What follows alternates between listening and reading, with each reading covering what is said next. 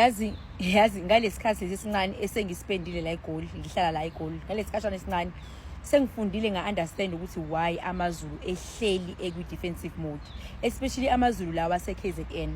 If eza la eGoli whether azosebenza or whatever, if la eGoli ahlale e-defensive, but then mengabe semakhaya awabi njalo.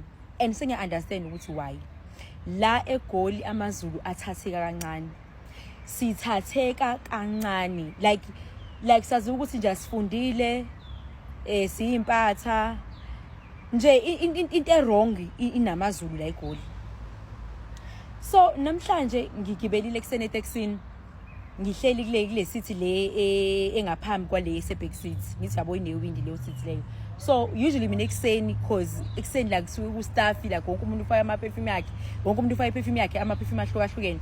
Usually iwindi ngilivula like slightly open just for umoya lo omncane. Alright, sharp. So khona this guy angazi ukuthi uyini, ngikhona ukuhlukanisa mina, ngikhona ukubahlukanisa amatsonga, amapedi, amatswana, konke lokho. Ula emva kwami. So alipush iwind like akasho ukuthi sisacela ukuvala iwind, avela alipush yabo alivali. Alright, sharp. Bese ngithi mina how ulivalelani iwind because it's not like likuwe cause libheke ngakimini iwind. Awe ma kwabe ngisusile. Athi yawo indaba amaZulu nokukhulu ungafundi, wena uyazi igeography awuyifundanga igeography, awazi ukuthi umoya if ever umuntu evula iwind ngalapha umoya uzoza directly kulo muntu lo ngemuva, yabo ayichaze lento yakhe.